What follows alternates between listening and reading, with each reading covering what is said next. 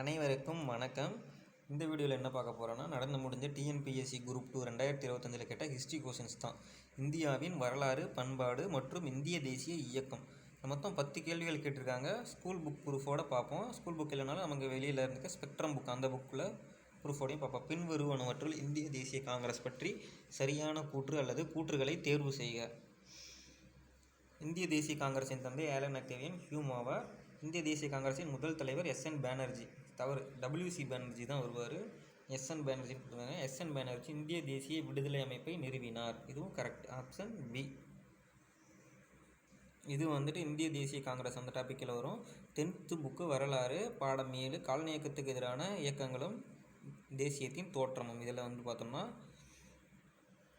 இந்திய தேசிய காங்கிரஸ் அமைப்பை உருவாக்க ஏஓஹிம் தனது சேவைகளை வழங்கினார். இந்திய தேசிய காங்கிரஸின் முதல் தலைவராக உமேஷ் சந்திர பானர்ஜி இருந்தார். இது சரி. செகண்ட் ஆப்ஷன் இது தவறு. அப்புறம் எஸ்என் பானர்ஜி பற்றி பார்க்கணும். This led to a schism in the Congress which moderate leaders forming the Indian National Liberation Federation in 1919. The party was founded by Surendranath Banerjee and some of its prominent leaders.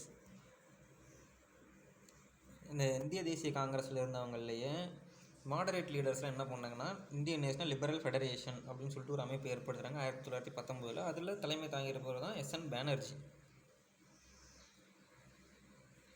அடுத்தது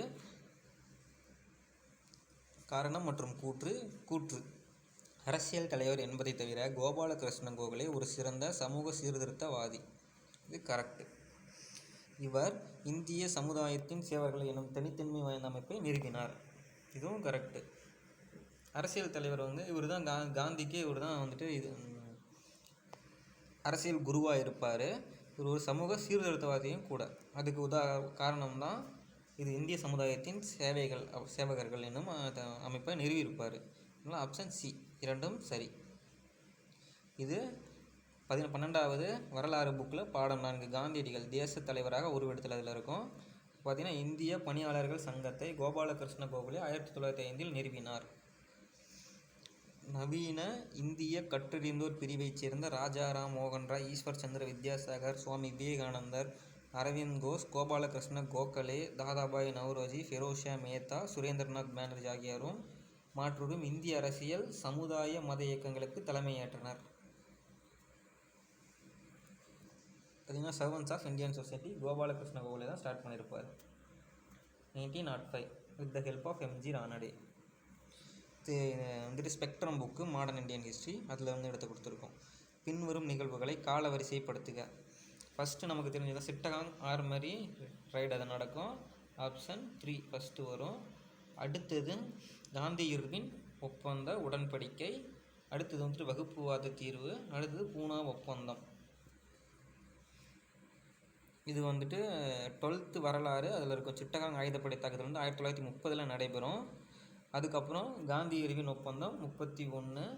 அடுத்தது வகுப்புவாத பிரதிநிதித்துவம் 32. அதுக்கப்புறமேட்டு தான் பூனா ஒப்பந்தம் நடைபெறும். அப்படியே ஆர்டராகவே இருக்குது. காலக்கோடில் 10th புக்கில் கொடுத்துருப்பாங்க. நாட்டிக்ஸ் குறித்து பின்வரும் கூற்றுகளில் உண்மையான கூற்று எது? இந்தோ ஆரியர்கள் இந்தியாவில் கடைசியாக குடியேறியவர்கள். இந்த குழு 2000 மற்றும் 1500 BCக்கு இடையில் இந்தியாவிற்கு வந்தனர். இது ரெண்டும் கரெக்டு. நெக்ரிட்டோக்களுக்கு பிறகு இந்தியாவுக்கு வந்த குழு இந்த குழு. இது தவறு. Option B 1 and 3 correct. அடுத்தது கீழே கொடுக்கப்பட்டுள்ள கூற்று அல்லது கூற்றுகளில் எவை சரியானவை? சதகர்ணி சதவாகன மன்னர்களில் முதல் அரசர் மற்றும் முதல் சக்தி வாய்ந்த சதவாகன ஆட்சியாளர் அல்ல. இது தவறு.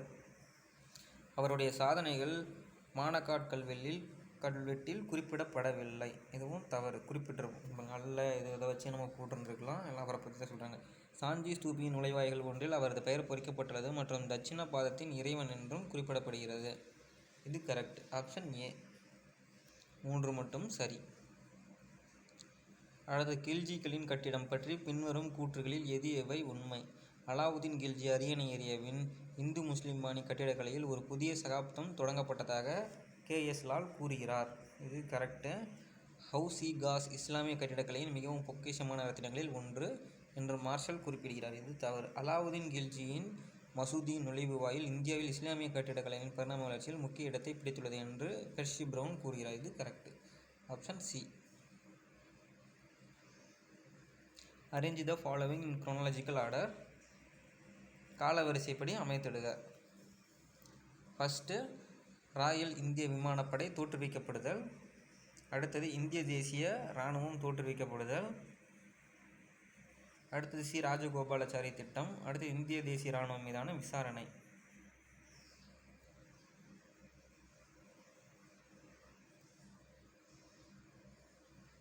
இது பார்த்தீங்கன்னா மோகன் சிங்னால் 1942 தான் ஐஎன்ஏ ஸ்டார்ட் பண்ணியிருப்பாங்க. ஐஎன்ஏவுடைய ட்ரையல் எப்போன்னா 1945. ராஜகோபாலாச்சாரி ஃபார்முலா, அதாவது சிஆர்னு சொல்லுவோம், அது எப்போன்னா 1944.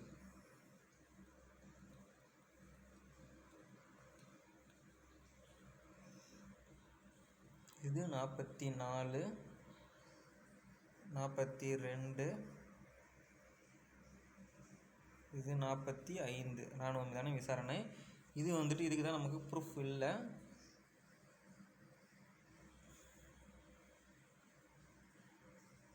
இது இயர் தெரிஞ்சால் சொல்லுங்கள்.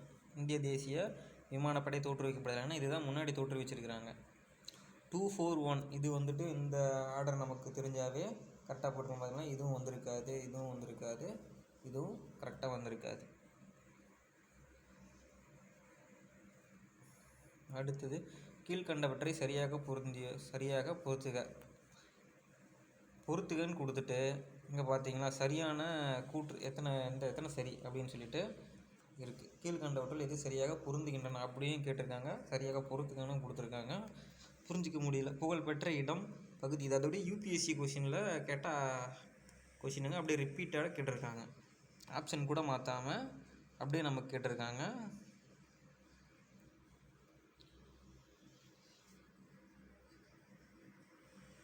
ரெண்டும் 5 தான் கரெக்டு. புத்தகயா பகல்கண்டு வராது. கஜுராஹோ மண்டல்கண்ட். ஷீர்டி விதர்பா. நாசிக் மால்வா. திருப்பதி ராயலசீமா. Option C. 2, 5 சரி. இது பார்த்தீங்கன்னா கஜுராஹோ.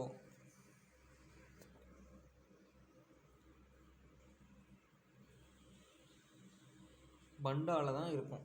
உத்தரப்பிரதேசத்தில் இருக்க பண்டா. பண்டல்கண்ட் அப்படின்னு சொல்கிறோம் இல்லைங்களா, கஜுராஹோ பண்டல்கண்ட்.